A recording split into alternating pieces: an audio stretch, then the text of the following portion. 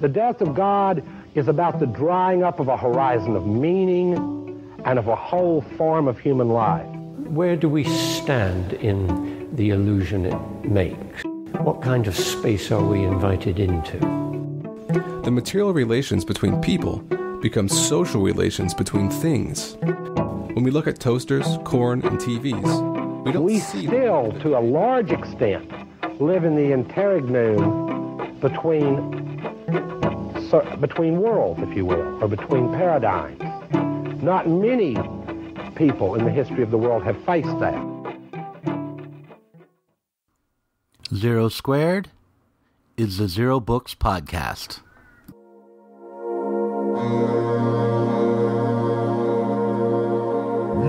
Professor Greg Sadler is the co-founder of ReasonIO, a consulting company that puts philosophy into practice. The YouTube star behind the Half Hour Hegel series, a professor of philosophy who is taught at Ball State University and Fayetteville State University, and the guest on this week's podcast. In this episode, you'll hear us discuss whether philosophy really has any practical applications, the reception he receives as a professional philosopher in the corporate sector, stoicism, and the importance of philosophy overall. It's Thursday, February 15th, 2018, and I'm Douglas Lane, the publisher of Zero Books. We're a day late this week, so my apologies. I want to thank the folks at the Across the Aisle podcast, as well as Michael G., Connor P., Jeremy C.M., and Greg M., for becoming patrons in the last week. We currently have 189 patrons, and our goal at the moment is to get 400 patrons. The more we get, the better these podcasts and our YouTube channel will become. I'm currently talking to an animation studio in London about getting help with the YouTube channel. I'm thinking about upgrading my microphone. I've used the same brand of USB microphone since 2009, and should probably get a more professional grade setup. And I eventually want to hire someone to help me keep up with editing this podcast. So if you're thinking about becoming a patron, you'll be helping to improve this podcast, the videos we produce, and you'll get to enjoy our membership podcast called Inside Zero Books. So go over to Patreon, sign up. If you haven't already, you might pick up Anselm Jappe's The Writing on the Wall or Ian Parker's Revolutionary Keywords for a New Left. This month's bestsellers, which means they recently passed the 500 book sold mark, whether for the first time or again, are as follows: Kill All Normies, Capitalist Realism, Porn Panic, Ghosts of My Life, Sweetening the Pill, Millennials and the Moments That Made Us, How to Dismantle the NHS, Artists at Work, Proximity of Art and Capitalism, that's one title. That's Artist at Work, Proximity of Art and Capitalism, Capitalist Superheroes, How the Establishment Lost Control, and Heavy Radicals. So you should go to pals.com, Barnes & Noble, Amazon, IndieBound, Hive, or your local library and get a hold of a copy of one of our books. In this episode, you'll hear a YouTube lecture on Stoicism, a clip of Isaiah Berlin talking to Brian McGee, and instrumental covers of the Indigo Girls' Closer to Fine and the Waitresses' I Know What Boys Want. The music you're listening to right now is Inmesh's Leaving Hollywood, but in just a moment, you'll be listening to Greg Sadler and I discuss how he brings philosophy into the world.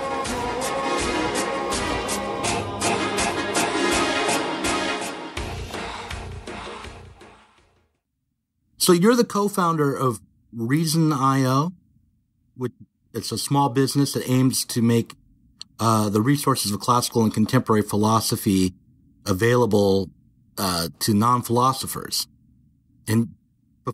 But you were a tenure-track professor at Fayetteville State University. So how did you decide to leave academia and put up a shingle as a philosopher for hire? Well, it was it really wasn't anything that I'd thought about doing back when I actually made that decision. I'd say that my fiance at the time and now my wife, and who's my co-founder of ReasonIO and partner in everything that I do, Andy Shaka, she had a huge role in that. So, as far as the motive goes, it's pretty simple. I did it for love because I was down in North Carolina at Fayetteville State University, where I was up for early tenure and promotion, and I was running university-wide assessment and critical thinking. And so, I had some really great prospects. But she was up at the Culinary Institute of America, at that time founding their Center for Excellence in Teaching and Learning.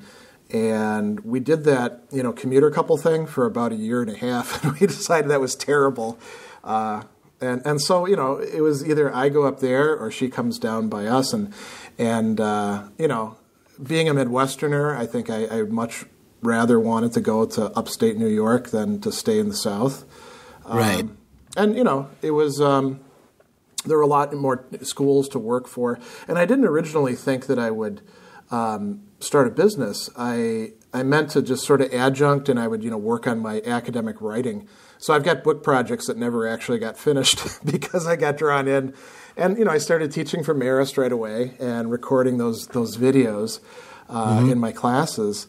And I put a lot of work into my classes. So even though I was only teaching 2 per semester and then some online stuff, I was really investing a lot of time in building resources. So I didn't get to a lot of the academic writing that I wanted to do.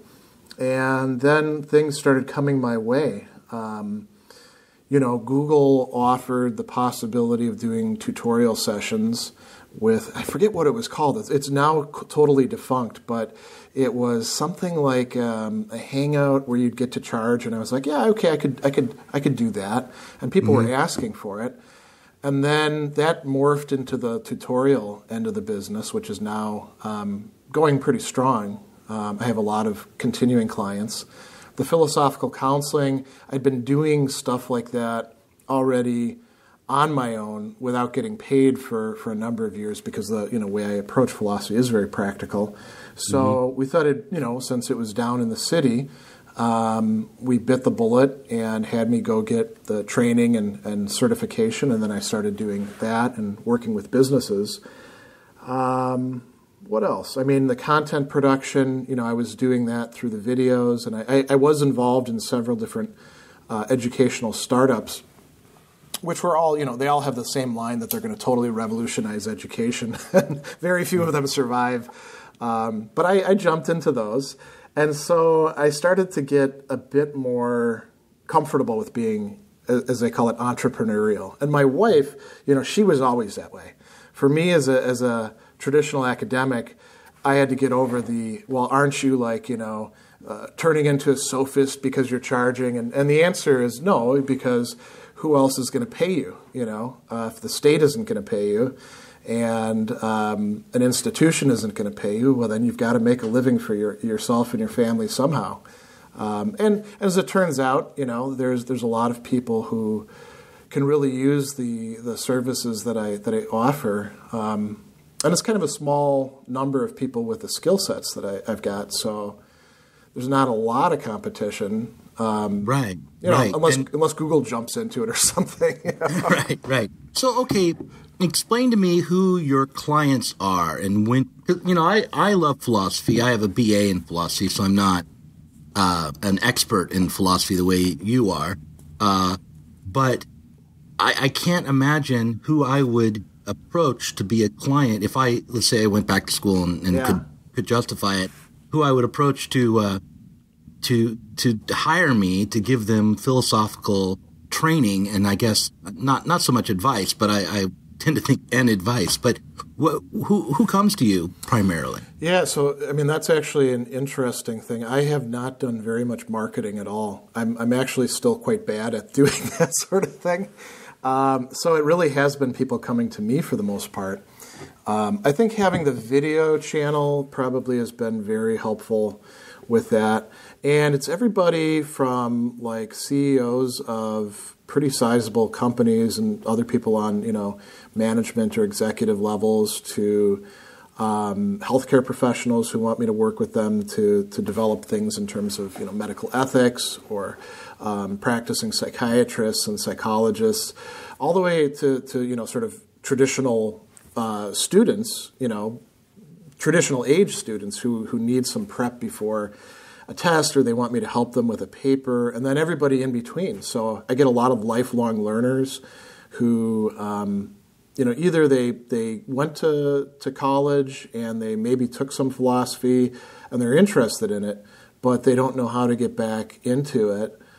So they watch some videos and then they contact me, or a lot of people who just simply don't have the opportunity to go to college, but are interested in the world of ideas. And the thing that's been helpful for me is that I never realized this, but I have a kind of talent for taking complex philosophical ideas or distinctions and making them understandable without talking down to my audience or watering them down. And it turns out there's not a lot of people who can do that. There's a lot of people who can do the really high-end stuff, but then they can't connect with the audience, and there's a lot of people who can give you sort of bullet point popularizations, but then there's no meat there. And so the in-between is kind of tough. And I attribute that entirely to years and years and years of teaching intro, ethics, critical thinking, these things we call service classes, for non-majors. You have to be able to connect with your audience. And I think that I've actually got a video about this because it's something that I go on a rant about. I think that all professors ought to be required to teach undergraduates who are not philosophy majors because it would be good for their teaching. Yeah. I kind of, look, I publish critical theory books, and I have and often I'm encountering people who are either graduate students or recently out of university. Sometimes, full-fledged professors who are submitting books to me for me to decide whether or not they're worthy of publication. So there's always a sort of an imposter syndrome that's going on. Oh, yeah. but at the same time, I often feel, especially in the realm of critical theory, that forcing themselves to take a 101 approach would not only help them connect to an audience, it would help them to avoid errors. Oh, yeah. That often enough, if we go back to some basics, if we say, okay, let's trace Foucault back to Nietzsche and Kant and think about the original arguments, that you will have an easier time understanding the nuanced arguments or the higher level arguments, and that sometimes that gets lost. There's sort of a tendency to sneer at the 101 level of philosophy, but yeah. I think it's important. Yeah, I'll actually say two things about that. So one is that you're right. You want to be able to reconstruct what the argument is and not have to rely on lots of jargon to fill in the picture, because the ordinary person reading it is not going to be impressed with you throwing a bunch of words in, which is what academics often tend to do. And then, it's also really important. I think it's kind of a great test. Can you give examples that like stand up? When you say, so here's a social dynamic that's taking place and so is talking about it. Let's see if we can find some examples. And then we look at them carefully and we say, well, I guess this one was as Plato called it, a wind egg, or as we'd now call it, kind of, essentially bullshit. And this one over here actually stood up. And I'll tell you another thing that's kind of a defining moment for me. I had a professor who specialized in contemporary French philosophy, and he did some critical theory as well, like Adorno. And he was a cool guy. And I remember we were at a Derrida class, and this is towards the end of his career, so he'd been doing this for years and years. And we're reading some of, at that time, Derrida's new stuff. And we went through a whole chapter, and he's like, here's something I realized. I was sitting at home and reading this book, and I got to the end of the chapter, and I felt so good about myself because I could figure out what all the references were and all the little plays on words and tricks and stuff like that. And I realized I forgot to ask myself, is any of this stuff actually true? Because you get so happy about being like a member of the club, I guess you could say, the critical club, that you forget to ask, okay, so if this is like anything else in life, probably half of it is off base, and probably half of it is good. So how do we sort that stuff out, Right. And you have to be able to communicate it as clearly as possible. I'm sounding probably like an analytic philosopher now, but you have to be able to communicate it clearly and rigorously. And, that could mean being a little bit less nuanced at times. In other words, just trying to get down to a basic argument first. I mean, remind yourself what's at stake about when you're talking about, I don't know, something like Kantian epistemology or Kantian ontology. That this, I feel like, and this is probably my own eccentric, unique, or not, entirely unique, but somewhat unique perspective. But I feel like people forget that when you're asking epistemological questions, you're dealing with fundamentally a very simple problem, which is a problem of perception. Yeah. And all, and these, you basically, do you know if you're dreaming or not? These kinds of, college party questions are actually not that far away from a lot of very complicated epistemological arguments, and we kind of lose track of that over time. Yeah, or another example would be a friend comes to you and says that your spouse is cheating on you. How do you figure out whether that's actually the case or not? Or think about food safety, right? We've got all this information out there about what we should eat and what we shouldn't eat and how it's going to affect us. How do we know which of that is reliable and which of that is propaganda of one form or another? That's applied epistemology right there, Right.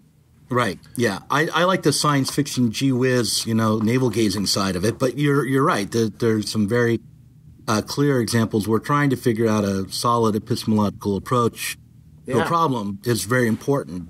But you said you dealt with the people in the medical profession some, and that's of interest to me because my wife is in nursing school now. Oh, we're both middle-aged and our kids are leaving home, and so she's decided, I'm not going to hang around the house with you. I'm going to go out and get a job. Well, that's very cool, Yeah. And so she's going through I sometimes annoy her, not just, in an usual way, but in a particularly philosophical way, because she'll be going through and describing, say, patient-directed medicine to me, and I start to be skeptical. And I start to ask, well, what was the method before, and why was it centered more around the doctor before? Yeah. What do they mean when they say patient-directed? Isn't there a problem because the patient isn't qualified to direct their own, medical procedures? They don't have the knowledge to be able to make good judgments. Suddenly I'm putting, a gum in the works here. Her job is not to go in and question the curriculum, but to learn it. But how do you find applying philosophical skepticism or rigor to, in the realm of, say, medicine or big institutions, goes over?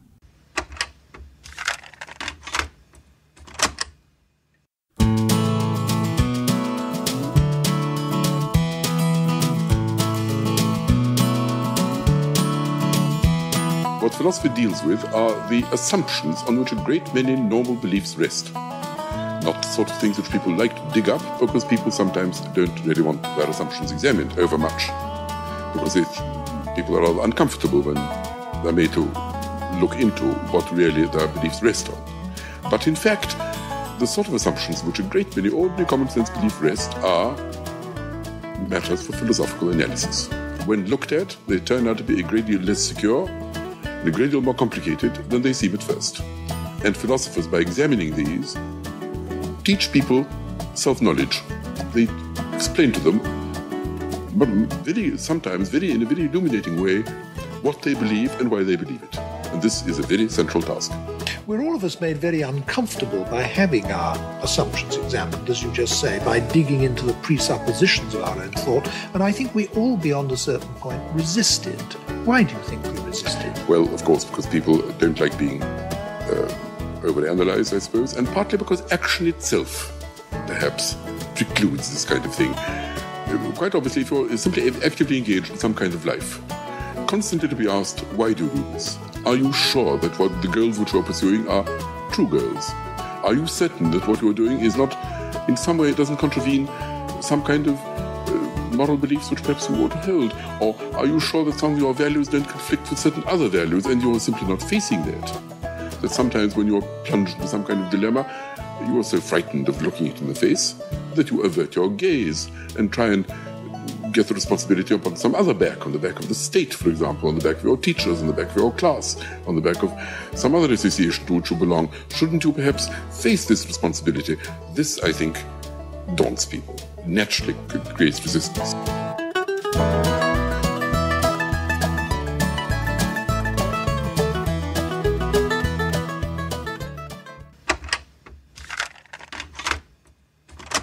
A lot of times when I'm talking about things, I won't mention where they actually come from until people get interested in it. So I won't tell them that an idea is coming from, Aristotle or Aquinas or Nietzsche or whoever.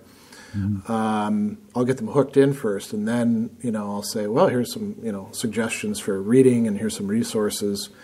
And so there's that aspect. The other thing is, I would say that when it comes to other disciplines, you're right, philosophy brings a kind of, I wouldn't call it skepticism in a dogmatic sense. It's more like a methodological, well, how do you know that that's actually the case? What's your evidence for that? We're kind of used to that. And that happens even, I remember going to parties with the English people, in grad school, and they'd always get ticked off at us philosophers because they'd be like, oh, I read this book, I got this great interpretation of it, and all the English people would kind of rub their chins and say, oh, that's really cool. And we'd be like, well, here in the book, this person says this, so I'm not sure it's compatible. And then they'd be like, well, you guys are not very good party goers. So there's that aspect, right? And I think that does serve a valuable purpose. And I do see quite a few professionals in their fields who recognize that there's not enough of that in their fields. The second thing, though, I think we bring is, and I don't think analytic philosophers are any good at this, and I think some continental philosophers are quite good, some aren't. Historians of philosophy are the really good persons at this, in understanding those sort of questions, like how did the discipline develop? What was it like before, and what ideas were flowing into that, and what brought about the changes, and are those changes for the better, or are you just? And here's the third thing: a lot of stuff in like ed theory, business theory, leadership is just the same stuff, repackaged over and over again, and it's sort of like philosophy light. And they change the names of it a little bit, and then they package it because they're great at doing the marketing stuff. And we can look at that and be like, oh yeah, that's just this theory, And when we do that, they look at us like we're wizards, Holy crap, you unlock the code, and it's just because sometimes we have a little bit more knowledge of the history of ideas, or sometimes it's those dispositions that we learned. And again, I don't think that academic philosophy is necessarily doing a great job in inculcating those in people, because academic philosophy is not geared towards producing practitioners who are going to go out there and do things with philosophy. So you don't find that, because I find that when I was an employee, having too philosophical an attitude would be a good way to get fired. Yeah, sometimes. Yeah. Socrates was given the hemlock, so you're not you don't run into a lot of opposition when you're out there. You've managed to navigate this well enough so that you're not telling people things they don't want to hear or questioning. Well, I do tell people things that they're not happy about quite often, but generally I'm enjoying a certain kind of prestige coming in as an outsider now. I'm sure you've seen this in places. Within an organization, generally what people in the lower parts have to say is going to be ignored. And especially academic institutions are terrible for this, Now they bring in an outside consultant, and suddenly the same thing. I saw this all the time when I was at FSU, Bring in an outside consultant, whether they're paid or unpaid, and suddenly, the administration is willing to listen. And what did you do? I mean, you could have actually just gotten a professor they don't know and put a different outfit on them, have them come in with some glossy stuff, with some made-up name and say they're from this or that institute or organization, and they'd probably buy it. because there's this tendency to think that, well, if they're coming in from the outside, they're more objective. We're actually paying for this. So there's a bit of that aspect, I would say. But, the other thing is I've got this sort of track record, what Aristotle would call an ethos of almost like scrupulous fairness. You can see it in my videos. You can see it in book reviews. I tell people I tell them how it is as best as I can see. And if they don't like it, that's, up to them to then figure out what they're going to do about it. And so because I've put in the time to develop that ethos, I think people trust me more. Whereas if somebody else were to come in and just be doing the same thing, they might be seen as abrasive, Yeah. Maybe we should actually do a little bit of philosophy ourselves here, because you made a claim there that I want to poke at a little bit, like the claim that you were fair and objective, which, I said I'm perceived as fair and objective. Right. I'm not really going after you here, but it's trying to figure out just what that means to be fair and objective is one of the problems of philosophy. And you've given lectures on Nietzsche and his view of truth. I think there was a YouTube video I have written down here about, it's called Nietzsche on Rationality, Abstraction, and Anthropomorphism, Philosophy Core Concepts. And I listened to that. I think by the way, I just want to say, I think you're very, very good at taking complex ideas and making them accessible and interesting. So I agree with your self-assessment there, and people should go and watch your videos. But I thought to myself that Nietzsche's description of truth as a human structure that's built up over many years of human activity, through the use of codes and metaphors and analogies and symbols, is reminiscent but very different of some Hegelian and Marxist insights, namely that social reality is built up on codified human practices in the world.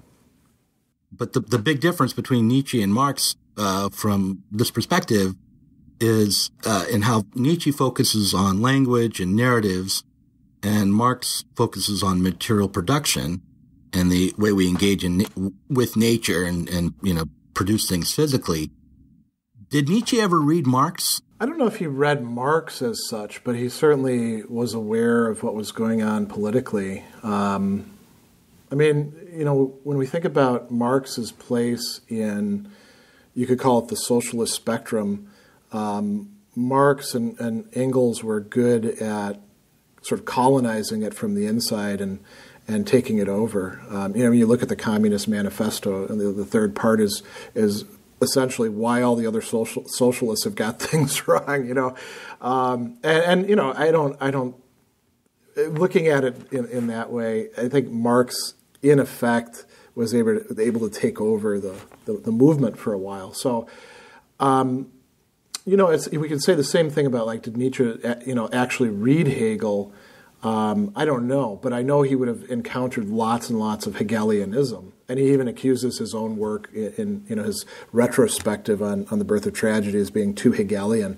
But what exactly that means, I look at it a lot as these great philosophers often wind up getting kind of what's the word? Bowdlerized. I might not be pronouncing it right. Where they're kind of watered down into William Durant style presentation, and then that becomes the popular thing. So a lot of people learn what Nietzsche is through reading Chesterton's critique of Nietzscheanism or reading Shaw's essays or things like that. And I think it must have been quite similar with Hegel and Marx. And you're right. There are similarities between what Marx is, let's say, diagnosing, and what Nietzsche is as well. Nietzsche is not so concerned with, say, capitalism as such, but it's not like you'd have to push him that far to get him to be focused on that and seeing, an abyss opened up, say, of meaning and things in late capitalism. And that's what the Frankfurt School successfully does, I think, when they're doing really great work, is brings together Marx, Nietzsche, Freud, and some other, with Adorno, pretty much everybody he can, right? Which is part of what makes it reading so tough. So there are compatibilities there, yeah. Well, the problem I see when you take this point of view on what truth is, that it's something that's sort of built up on practices, is that you have to develop a practice of truth-seeking in order to discover this truth about truth. And you have to ask yourself where that came from. And you have to decide, why your practice or your code is more objective or can see past the codes and practices that have informed your understanding of truth up to that point. Yeah, so I should say that I don't actually endorse Nietzsche's sort of extreme conception of truth and lies in an extramoral sense. I shoot videos on things, and whenever I am presenting something, I present it in its sort of strongest form. That's part of what I mean by myself being perceived as being objective. So I can, if you look across the spectrum of my videos, there's no way I could endorse even a quarter of the different positions that I've presented. Sure, right. But for me, it's important, especially for the beginners who are watching my stuff, to present it first and then we critique it later. And one of the common criticisms is, well, Dr. Sadler, you never get to critiquing, right? And I say, well, I don't have the time. But when it comes to truth, this is actually something I've wanted for a long time to do some book writing about, and just don't get to it very often. There's a number of different conceptions of truth out there, and some great works on it. And I think that we need to almost eclectically combine them, so that for some things the correspondence theory of truth is exactly what we want, and we can, whose theory then, right? Are we looking at sort of a, Thomistic view on it, where somehow it connect with the divine mind, or do we want more naturalized view or something like that? For some things, we do want to think of it in terms of coherence. We want to look at not just say, as a sort of Nietzsche's perspective, or if we're talking about Marx in terms of truth, we can talk about, economic basis and then ideological superstructure and critique of that.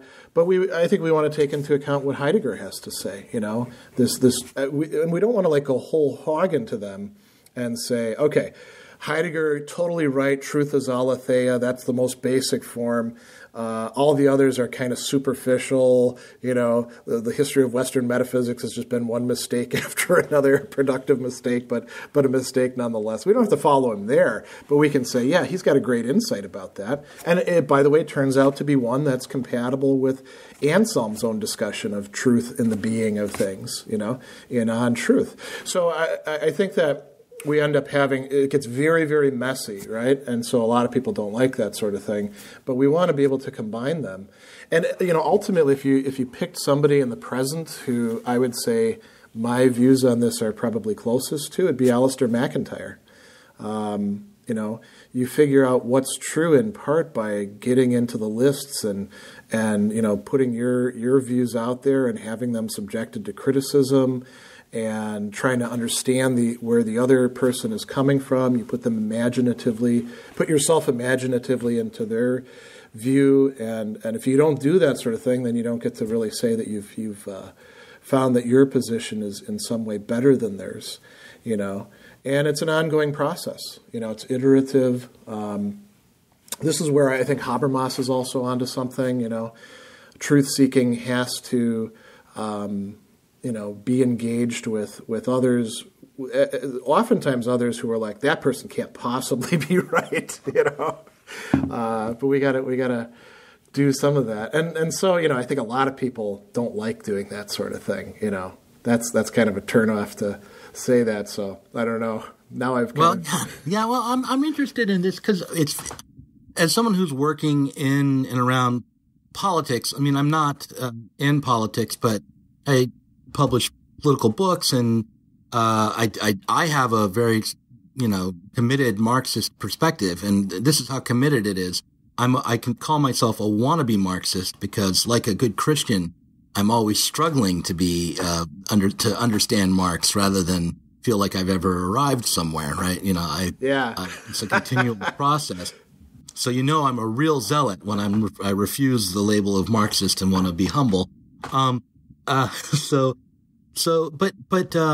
It seems to me that in the realm of politics, even in the realm of political theory, there is a reluctance to engage in truth seeking, and the level that you're in the way that you're talking about. I mean, and people are very quick to say, of their political opponents, they're just not worth considering. And on both sides. And I think it comes down to a feeling that given that truth, a kind of a Nietzschean assumption that given the truth is merely a practice or a code that people have held onto for practical and political and self-serving reasons, our job as people who are trying to deliver a new truth is to kind of win the war rather than discover something. And that's something McIntyre himself says after Virtue and then in other engagements, that a lot of the sides that we see today are really at their core Nietzscheans without realizing it when it comes to that. or he'll use the term emotivist. He's changed it to another E word recently in one of his newer books. But the basic idea is that, a lot of people, they're much happier with a us versus them, and, you get to do whatever sort of intellectual inquiry or political organizing or, fighting the good fight on your side, and those other bastards, they're not worth listening to. And things are always, way messier than that. And it's you've got bad actors on both sides. And so you can always find a reason to write off the other side, so that's one reason why I can't align myself with either of our massive coalition parties, and I can't find a third party that I'm really happy with either. So, Yeah, well, after the revolution, you'll have a party you can believe in, comrade, or gulag. Yeah, I was going to say after the revolution. I mean, I'm a very useful guy, so that's why I've had so many interesting positions. So I could be used by the revolution, but I'd be one of those guys that as soon as things are sort of firmed up, they'd probably send me off. I was going to mention too, like with the thing about can you call yourself a Marxist? So I'm the editor of Stoicism Today, and I'm involved with the modern Stoicism organization. And I'm also right now I'm actually the resources director for the Stoic Fellowship. So you'd expect that I should be, in fact, an Orthodox Stoic, but I'm not, because I'm an eclectic, sort of like Cicero, Mm-hmm. And it always throws people, beginners, when they find out that the guy who's, in charge of the main online magazine is not, you could say a card-carrying member. Although, in effect, I am a card-carrying member, right? I'm part of the organization. And it's interesting because they'll say, well, I'm a Stoic, why are you in this position? And then we'll get to talking, and I'll find out that they know very little about Stoicism. Just, they've read a few books or something, and they maybe read their way through the Enchiridion or the Meditations once or twice.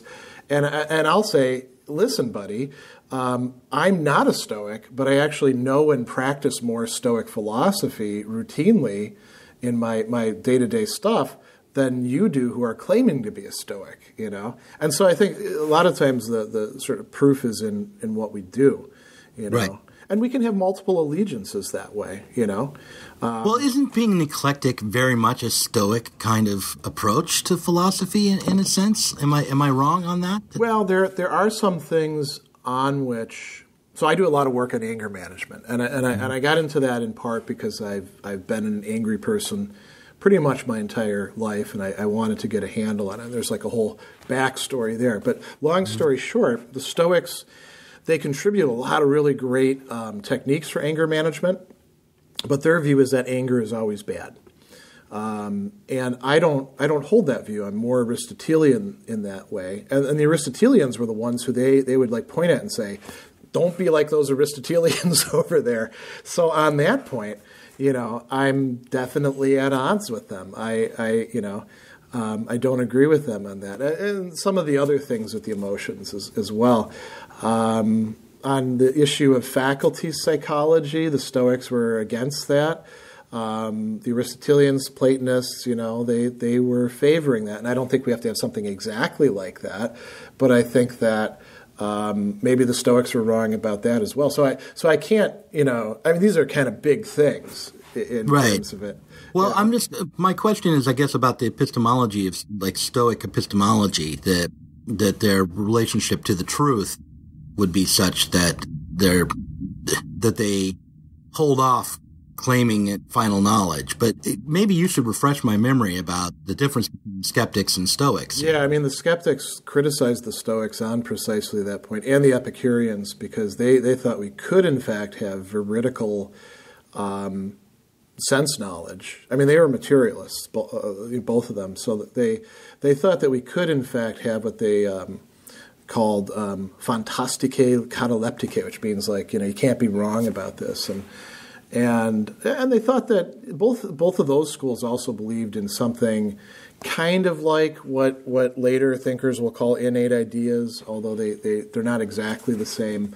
So the skeptics went after them pretty hard on those points as well. There is a real distinction between them, and like I said, I think you can combine them. Cicero himself is drawing on the academic skeptic tradition and identifies himself with the academy, although he also draws super heavily on Stoics, on the Aristotelians, the old Platonists. The only people he doesn't really like are the Epicureans.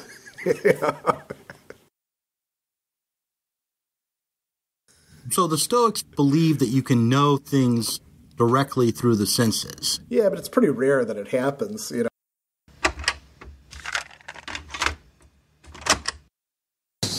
Okay, the Stoics are empiricists. They're going to say this. Look. By virtue of you being part of the world, you're part of God, you're a citizen of the world. By virtue of that, you can understand the world. There are things that you can understand. Okay? If you try hard enough. He's going to say you belong in this world. Not like Plato where you come from somewhere else. No. You are from this world, the universe. Zeus is the universe. Zeus is your father, and you're part of it. All right? Act like it, I'm going to say. Right? That means we can know things. Nature will help us know things. All right, so this is the part where that's basically in a nutshell, their metaphysics. For them, when it comes to Stoic epistemology, they have a criterion of truth. How do I know something's true? What makes something true? And they call it the cognitive impression.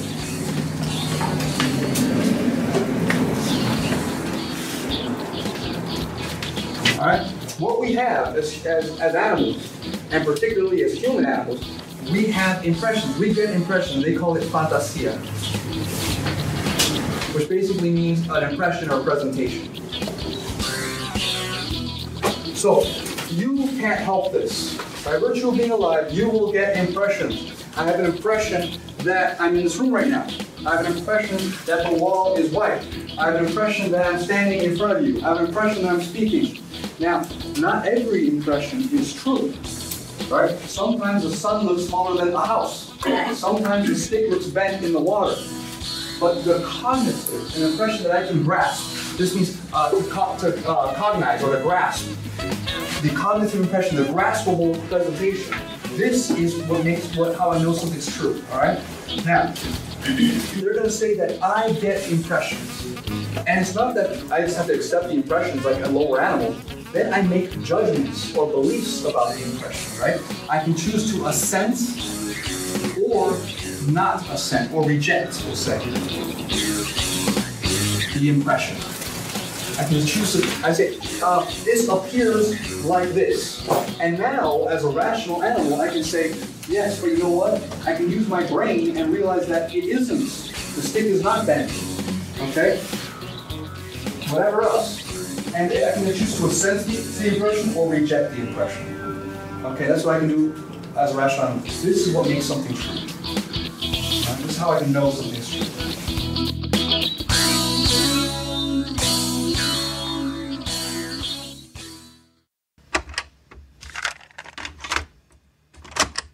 Okay, I'm just trying to remember because frankly, this is not my strong suit.